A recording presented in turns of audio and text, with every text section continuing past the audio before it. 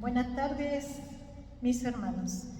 Les saludo en el nombre del Señor y aquí nuevamente entregando un mensaje de nuestro Señor y mencionando la serie que estamos llevando, Gracia para un mundo necesitado, que es de la carta 2 Corintios. Estamos en la recta final de esta carta, nos queda poquísimo y ha sido todo un viaje durante esta carta de lo que hemos ido aprendiendo, algo maravilloso, porque hemos sido edificados y hemos ido aprendiendo mucho acerca de esta carta y ya estamos pero en la final de esta hermosa serie, ¿ya? Entonces, para que vayamos comenzando, voy a hacer una pequeña introducción de lo que es Corintio para poder ir siempre comprendiendo de qué es lo que estamos hablando y el contexto y el lugar de donde sucede todo esto, ¿ya? Entonces, recordemos que la iglesia de Corinto era una iglesia compuesta principalmente por gentiles, aunque también había judíos conversos en esa iglesia. Los creyentes de la iglesia de Corinto enfrentaban desafíos tanto externos como internos, fuera y dentro de la iglesia, incluyendo la presión cultural, la inmoralidad sexual, divisiones en la iglesia y una falta de entendimiento respecto a temas doctrinales y éticos en la iglesia. Pablo defiende su ministerio y autoridad apostólica contra falsos maestros que se habían infiltrado en la iglesia, quienes lo atacaban y buscaban desacreditar su mensaje. También busca reconciliar a la iglesia después de haber enviado una carta severa.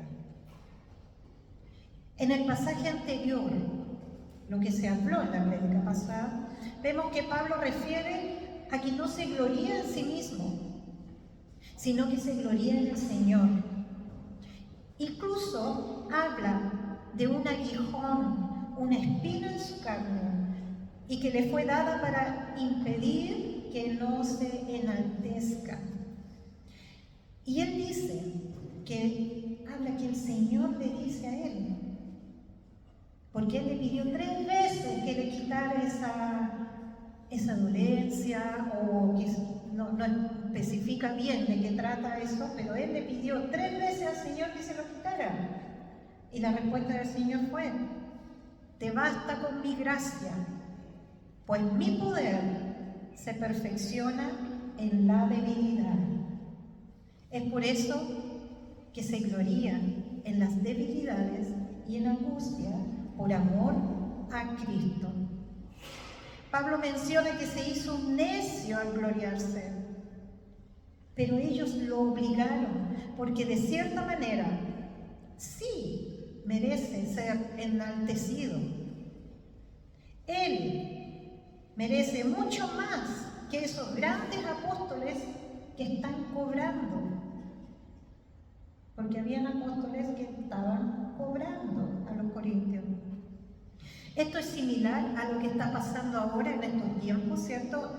Cuando tenemos ese pensamiento de que si algo es gratis, es de mala calidad, entonces ¿qué podemos hacer? O pagar, ¿cierto? Decidimos pagar, no importa lo que sea que cobren, pero eso nos da la seguridad. Ahora, yo digo, esto va dependiendo del contexto, de lo que se está hablando, porque si comparamos, ¿cierto? Un iPad, una tablet, un celular de marca chancho, como se dice, en comparación a una marca reconocida, ¿ya? Entonces ahí va dependiendo de lo que estamos hablando. Pero en este pasaje Pablo va a dar unas claras pero clarísimas muestras de amor, una evidencia de cómo es el amor verdadero, de cómo es el amor genuino. Un amor que viene de Dios, de alguien que ha conocido a Dios. En este pasaje, hermanos, vamos a ver cómo Pablo amó a la iglesia. El amor y la preocupación que él tenía por la iglesia y que a cambio recibió calumnias y rechazo. ¿Me siguen? ¿Qué sucede cuando uno no es correspondido o aceptado en algún lugar? ¿Has estado tú en esa situación? Cuando te sientes que no eres aceptado ni correspondido, ¿qué es lo que hacemos? No vamos más para allá, nos alejamos.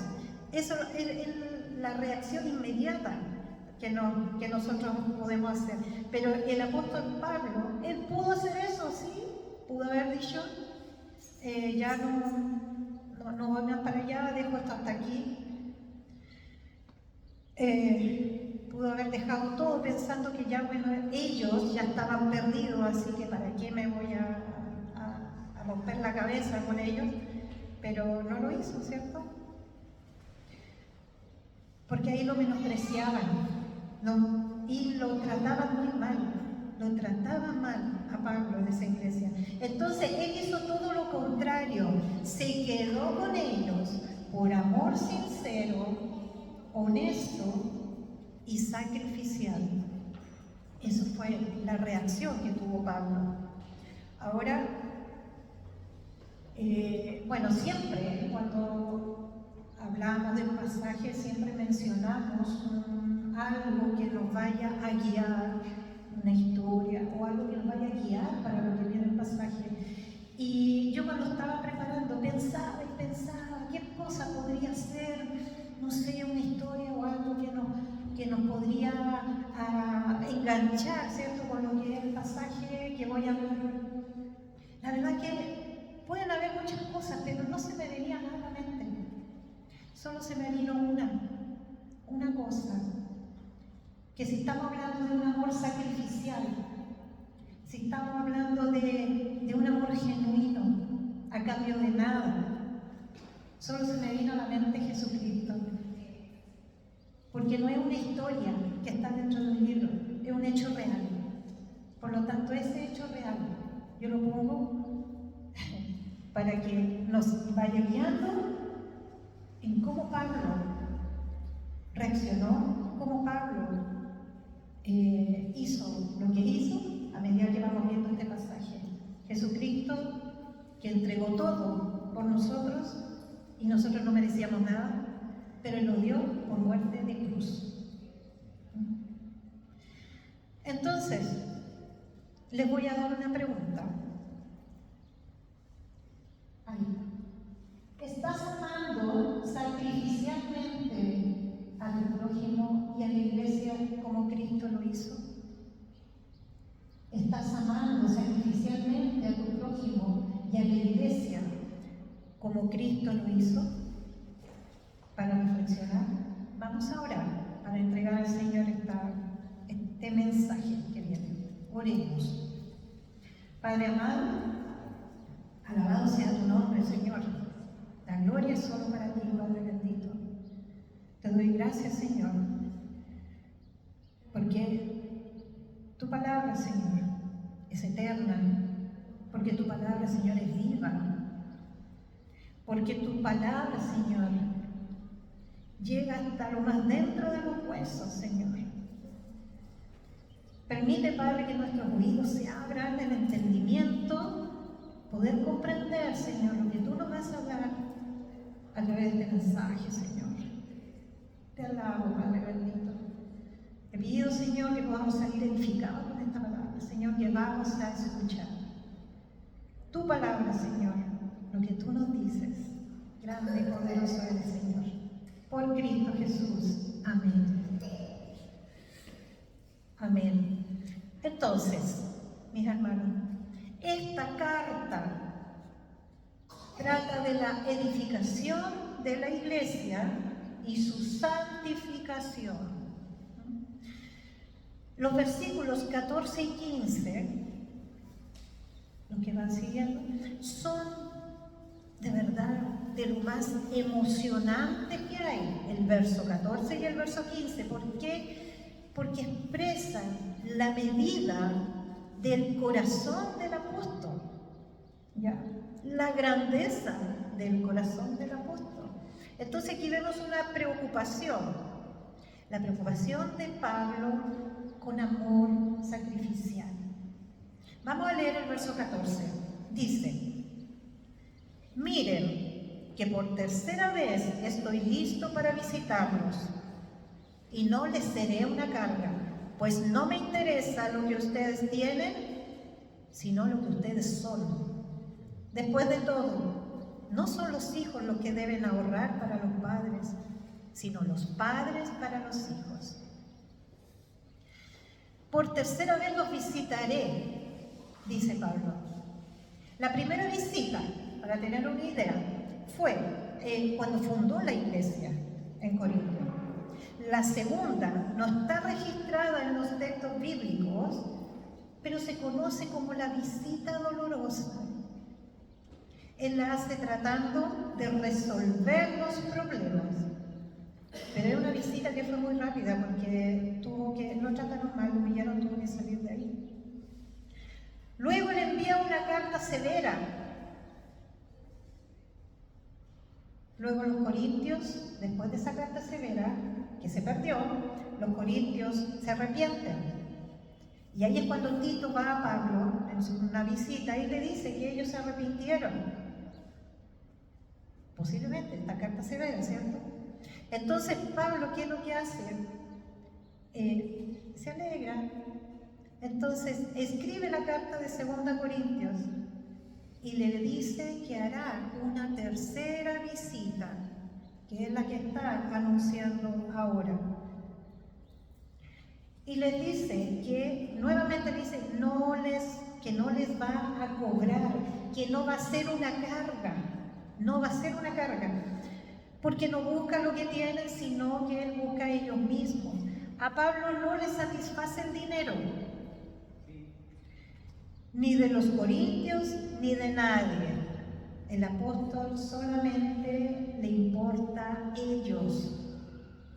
Entonces, una de las acusaciones más difamatorias de los falsos apóstoles contra Pablo es decir que Pablo había tratado a los corintios con superioridad egoísta, falso.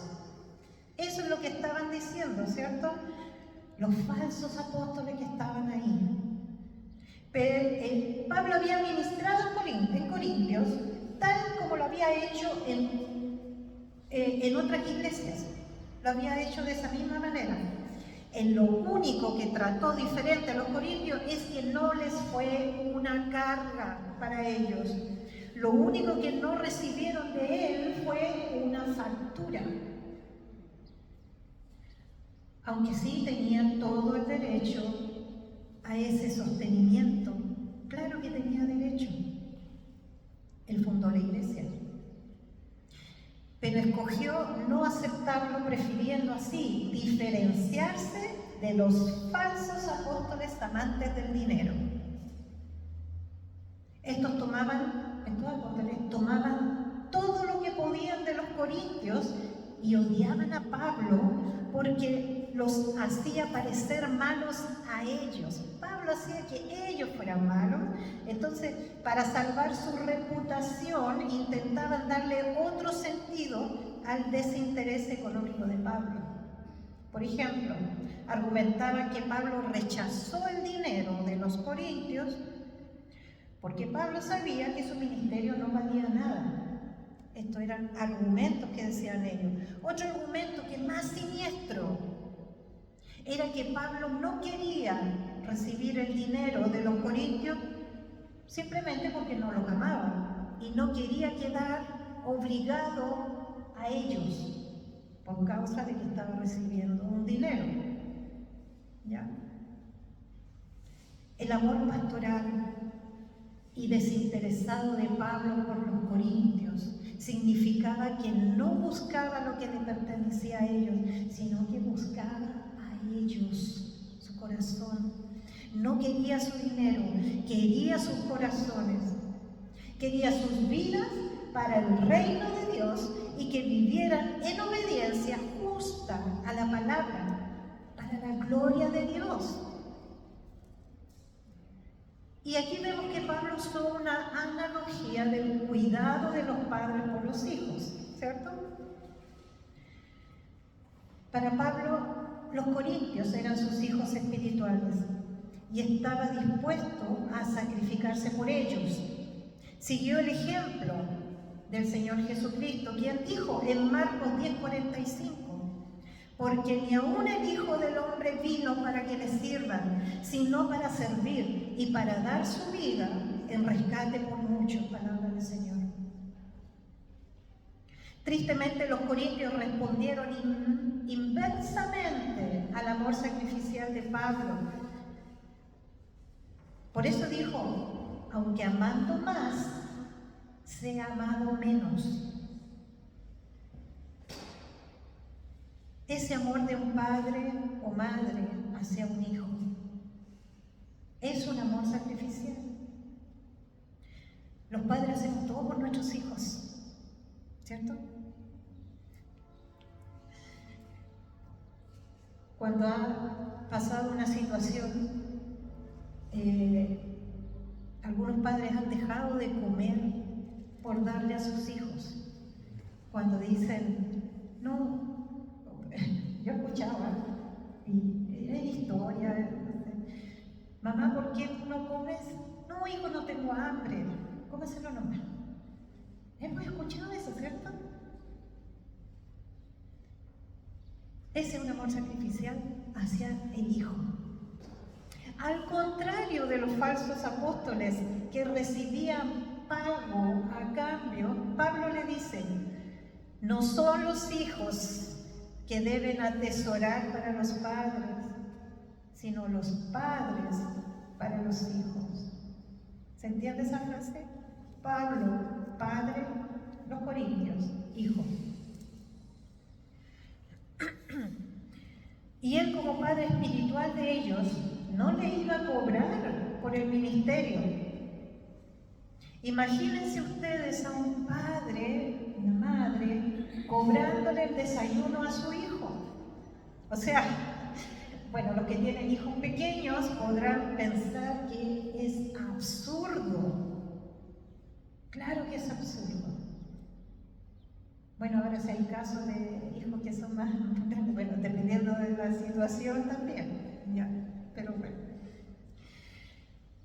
Después viene el sublime, verso 15. Sublime, leámoslo. Así que de buena gana, dice Pablo, gastaré todo lo que tengo y hasta yo mismo me desgastaré del todo por ustedes. Si los amo hasta el extremo, ¿me amarán menos?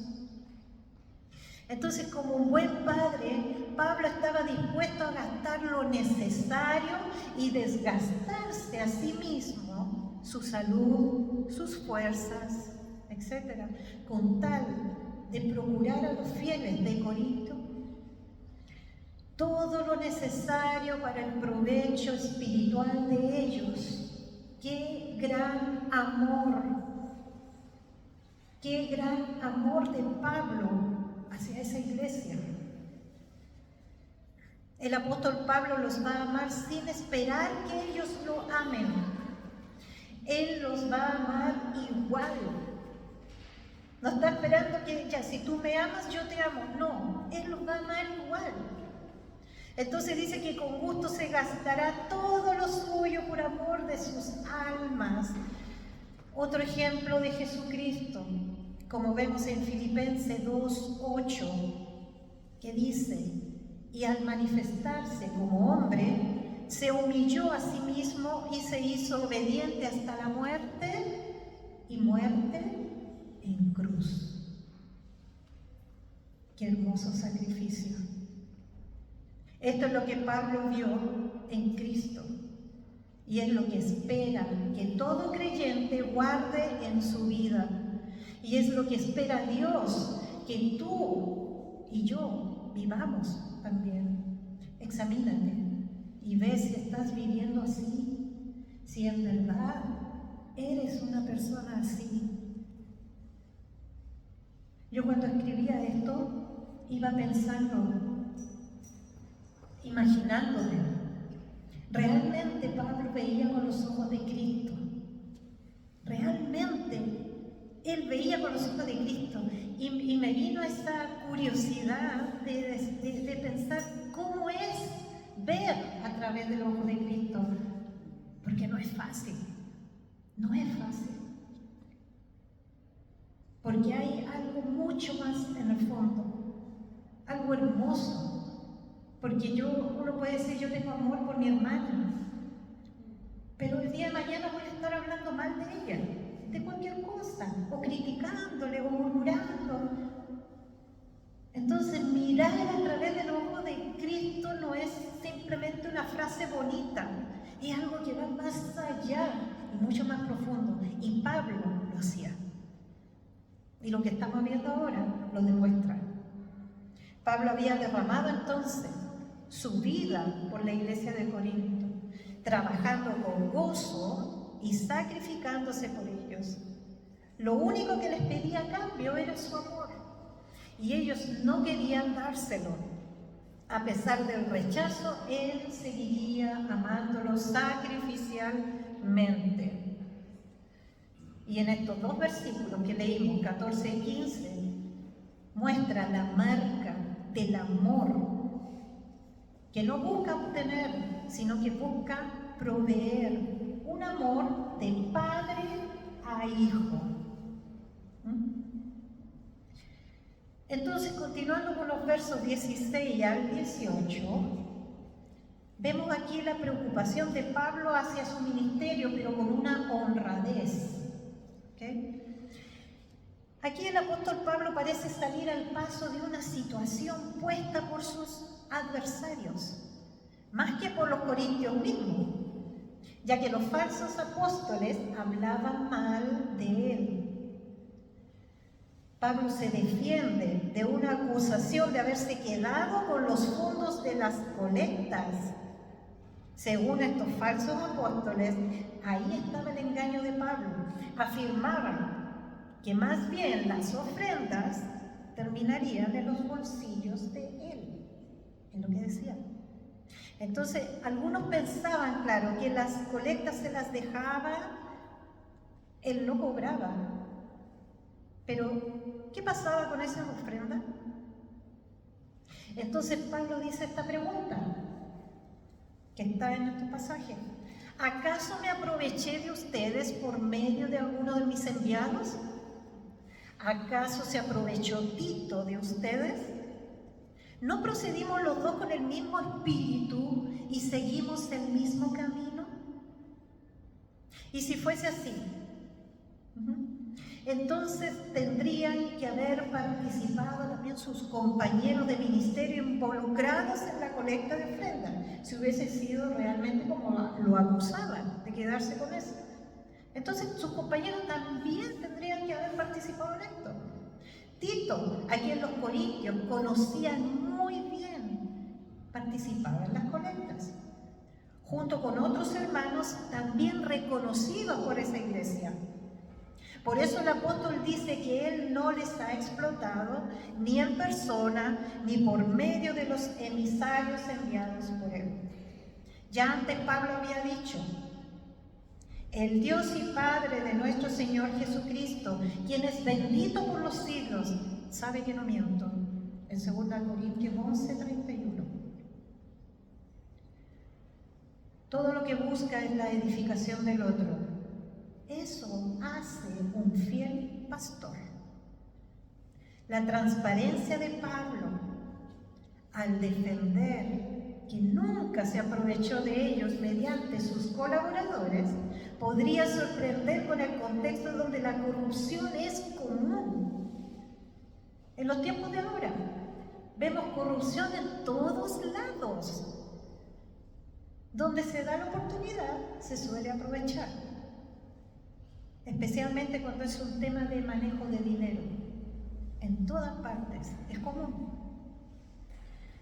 El énfasis que dice en que ni Tito ni Pablo buscaron beneficio personal destaca entonces un modelo de servicio desinteresado y poco habitual, porque es muy poco visto que alguien entregue un servicio sin nada a cambio, solo esperando o deseando el beneficio del otro. Como dice el dicho, este no da punta sin hilo. ¿Lo han escuchado eso? No da punta sin hilo. Claro, porque no se ve mucho esa actitud de hacer algo sin esperar nada. Siempre hay algo que se pueda sacar. Entonces, ¿pero por qué el apóstol Pablo se tomó esta molestia en defenderse, sabiendo él que está en lo correcto, sabiendo él que no había hecho nada? ¿Pero por qué se defiende entonces? Claro, lo hizo porque si se dejaba desacreditar, los corintios no lo escucharían. Y si no lo escuchan, no escucharían la verdad de la palabra de Dios que él enseñaba. Y si no oían la palabra de Dios, no podrían crecer espiritualmente. Por eso se defendió. Y ahí también vemos amor hacia ellos. En el verso 19, aquí vemos la preocupación de Pablo con la mirada del Señor. Pablo no quería que malinterpretaran la defensa de su apostolado y su integridad. No estaba en juicio ante ellos, y ellos no eran sus jueces. Pablo estaba delante de un tribunal divino, delante de Dios. Estaba hablando en Cristo. Dios es el único auditorio que debe preocupar al predicador fiel, y Pablo lo dejó bien claro en 1 Corintios 4, 3, 5. Lo pueden anotar. La pregunta que hace en este verso 19 impacta con sinceridad la sinceridad del apóstol, ya que aclara que él habla delante de Dios y para edificación de ellos. El verdadero ministerio siempre apunta al crecimiento del otro y no a la defensa propia. Es el verdadero ministerio. Entonces, Pablo le impulsaba a hablar así, de esta manera, para que sus hijos espirituales sean en todo edificados. Pero tenía dos temores, dos grandes temores, que ni él haya a los corintios como desearía hallarlos, libres de todos esos grandes defectos que enumera en la lista del versículo 20, y que ellos no lo hallen a él amable y benigno. Le apenaba la fundada sospecha de que muchos de ellos continúen practicando los mismos vicios que habían acostumbrado a practicar cuando vivían en el paganismo y no se hubiesen arrepentido como es necesario. Recordemos que esta iglesia estaba bombardeada por muchas costumbres e idolatrías, hasta la inmoralidad sexual se practicaba. Entonces esto sería para él un motivo de gran humillación y lamentación delante de Dios, al ver que aquellos hijos espirituales suyos no eran lo que debían ser, y tener que aplicar con ellos las medidas rigurosas que tanto le dolían a él mismo. Podemos ver entonces los problemas provocados por la falta de arrepentimiento. Vamos a leer el versículo 20-21. Dice: en realidad, me temo que cuando vaya a verlos no los encuentre como quisiera, ni ustedes me encuentren a mí como quisieran. Temo que haya peleas, celos, arrebatos de ira, rivalidades, calumnias, chismes, arrogancias y alborotos. Temo que, al volver a visitarlos, mi Dios me humille delante de ustedes y que yo tenga que llorar por muchos que han pecado desde hace algún tiempo, pero no se han arrepentido de la impureza, la inmoralidad sexual y prácticas vergonzosas a las que se han entregado. Está claro. Los temores de Pablo relacionados a los pecados de los corintios estaban bien fundamentados, sus temores, al tener en cuenta la historia de ellos, la historia que tenían. Entonces, al visitarlos por tercera vez, temía que hubiera pecado en la congregación.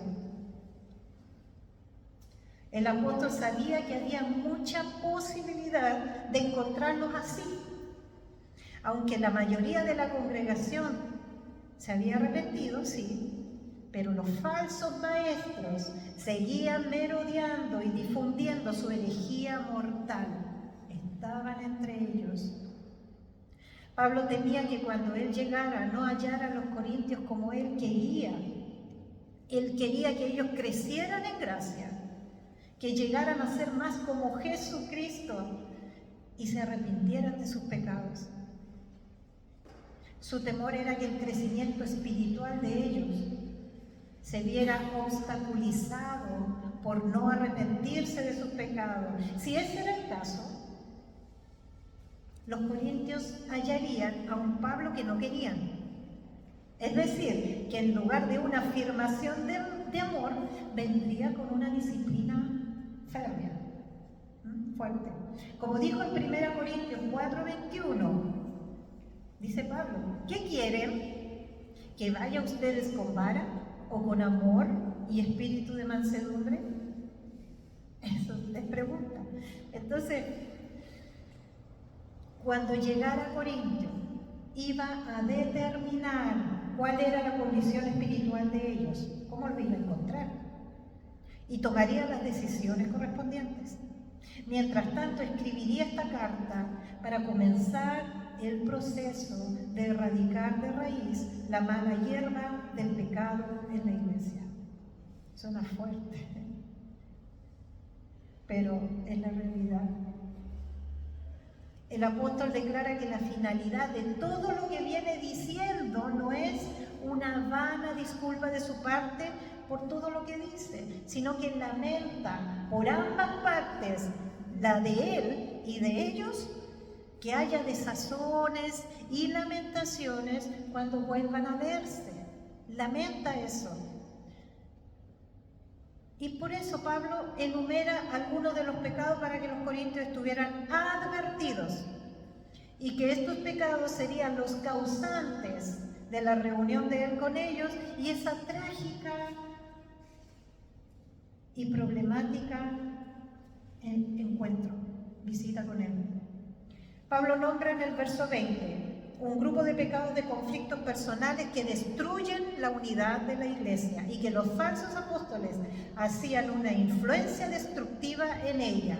Pablo había advertido a los corintios en cuanto a estos pecados. En 1 Corintios 1:11 y 3:3 ya estaba la advertencia acerca de estos pecados que ellos estaban haciendo dentro de la iglesia. O sea, por advertencia no se pueden quejar. ¿Cuáles son esos? Las contiendas, las peleas, la envidia, es terrenal y diabólica. La ira, esa que estalla en un instante, es obra de la carne, por lo que el cristiano debe evitarla. Esa ira que explota. Las divisiones son las rivalidades por ambición o por busca de un estatus social. Habla de maledicencias. ¿Qué es maledicencias? Es hablar mal, abierta y públicamente, de otra persona. Pablo dijo, no te juntes con un maldiciente. Murmurar es hablar a espaldas de otra persona. Soberbia es enaltecerse por los propios méritos. Y desorden es lo que causa las divisiones. En el verso 21 menciona 3 pecados que destruyen la pureza de la iglesia: la inmundicia, la fornicación y la lascivia. Estos 3 refieren a la inmoralidad sexual que era común en la cultura pagana e idólatra que existía en Corinto. Luego después pasamos al capítulo 13, versículo 1, donde vuelve a mencionar que nos visitará, pero con un tono, una rayita más arriba, un tonito más fuerte. Pablo amenaza con portarse severamente contra los pecadores obstinados cuando vaya a Corintio por 3ª vez. Anuncia que va a proceder de forma jurídica, conforme a la norma que prescribe la ley en Deuteronomio 19:15, que dice: un solo testigo no bastará para condenar a un hombre acusado de cometer algún crimen o delito. Todo asunto se resolverá mediante el testimonio de 2 o 3 testigos. Entonces estaba la preocupación de Pablo por la edificación de su iglesia, ¿cierto? La meta de Pablo, la meta en todo lo que hacía con relación a la iglesia de Corintio, al ministrarlo y al edificar, al defenderse, era la edificación de ellos. Esa era la meta de Pablo, la edificación de ellos. La función principal del pastor, registrada en la Escritura, se resume en una palabra: edificación. Porque la principal preocupación es la madurez espiritual de los creyentes. Bajo su cuidado, como lo dejó claro Pablo en Efesios 4:11-13, que lo pueden anotar. La edificación de la iglesia produce la madurez de los santos y los ayuda a ser más como Jesucristo. Por lo que el papel de la iglesia no es que sus miembros se sientan más cómodos en un mundo en el que son extranjeros y peregrinos, sino que prepararlos para su verdadero hogar en el cielo. Estamos en este mundo, pero no somos de este mundo. Somos extranjeros en esta tierra, pero no nos sintamos cómodos en esta tierra. Debemos prepararnos para nuestro verdadero hogar que está en el cielo. Como cualquier verdadero hombre de Dios, la preocupación apasionada del apóstol era el bienestar espiritual de los creyentes. El arrepentimiento, hermano, es un elemento esencial en el Evangelio. Puesto que nadie, y esto nos tiene que quedar pero muy claro, nadie puede llegar a Jesucristo sin un cambio completo de corazón, mente y voluntad que constituye el arrepentimiento.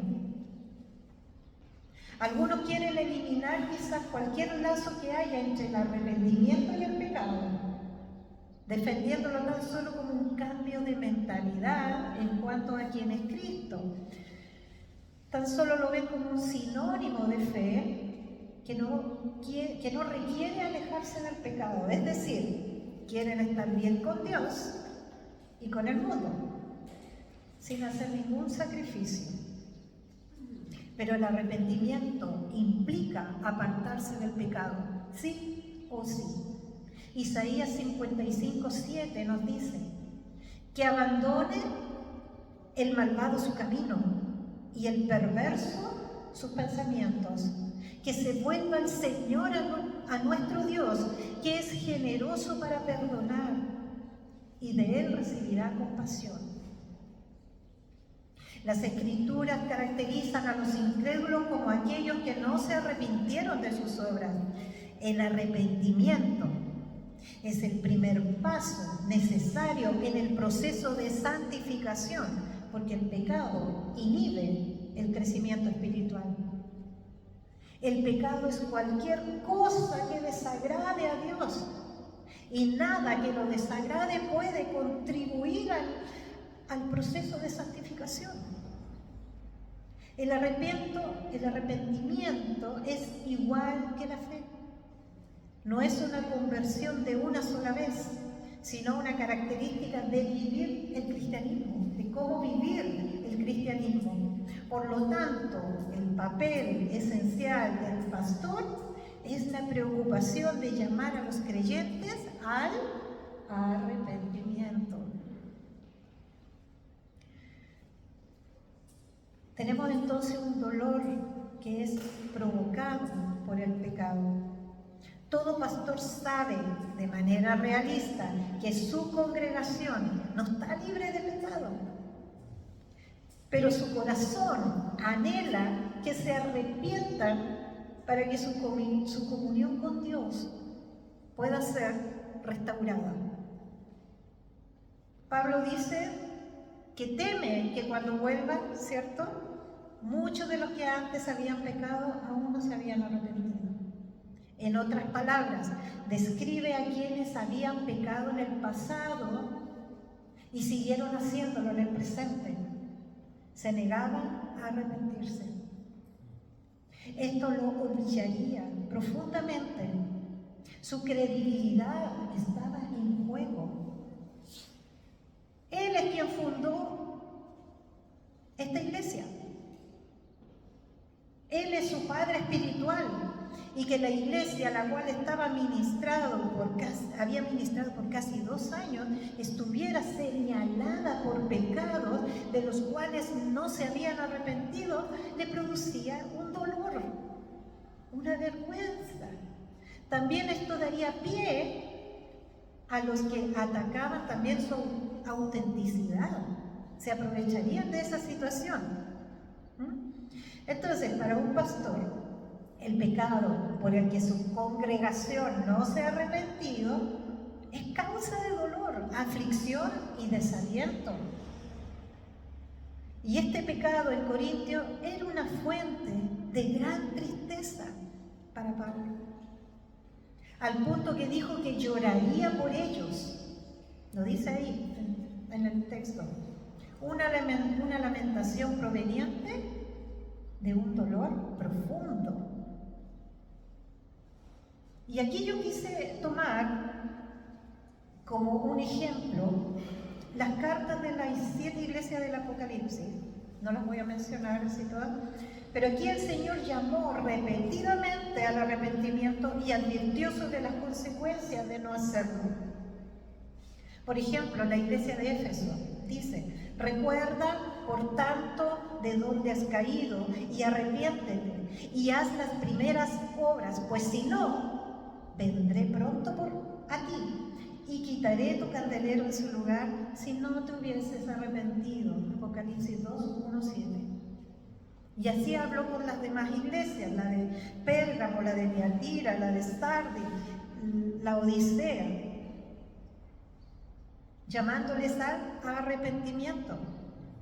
Jesús reprendió entonces a 5 iglesias, 5, por albergar el pecado sin arrepentimiento. Solo las iglesias fieles de Esmirna y Filadelfia, que aparecen en nuestra Biblia, escaparon del llamado al arrepentimiento.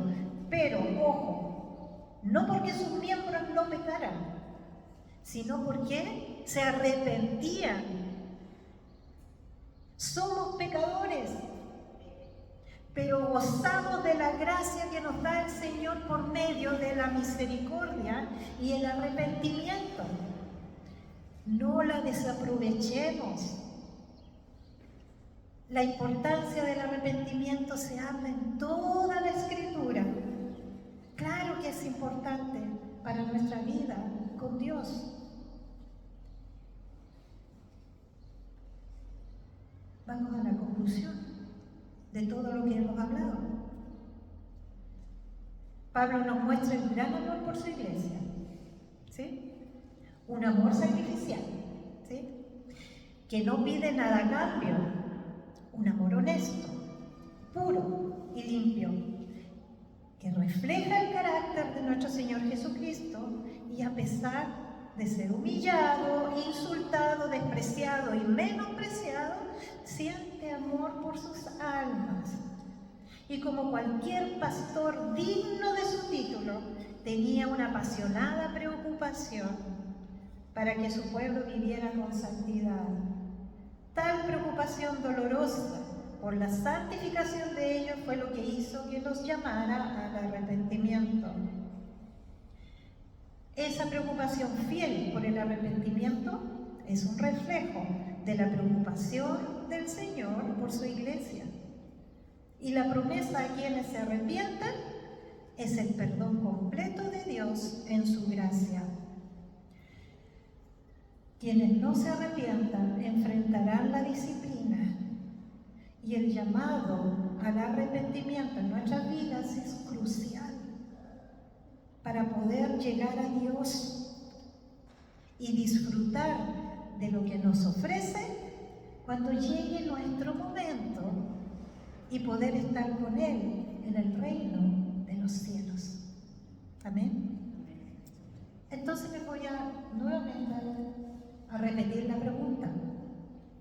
¿Estás amando sacrificialmente al prójimo y a la iglesia como Cristo lo hizo? Buena pregunta para llevarla y reflexionar. Oremos al Señor. Amado Padre, qué gran mensaje, qué gran lección, Señor, nos das para ver cómo nuestro corazón está actuando, cómo nosotros llevamos esta vida cristiana, si somos capaces, Señor, de poder tener ese amor tan grande como tuvo Pablo por esa iglesia, ese amor sacrificial, Señor, que sabemos que es difícil, pero te tenemos a ti para que tú, Señor, nos guíes a través del Espíritu Santo y nos vayas llevando, Señor, por el camino y poder arrepentirnos de nuestro pecado y poder hacer, Señor, lo que tú nos mandas a hacer, Padre. Gracias te damos, Señor, por esta palabra, Señor, por tu palabra, que es eterna, que es palabra viva, Señor. Gracias, Padre bendito. Te pido, Señor, que podamos salir todos edificados, Señor, con esta hermosa palabra y poder saber cómo podemos tener nosotros ese amor grande por nuestros hermanos. Alabado sea tu nombre, Señor. Glorificado será tu nombre, Señor, por los siglos de los siglos. Amén. Gracias.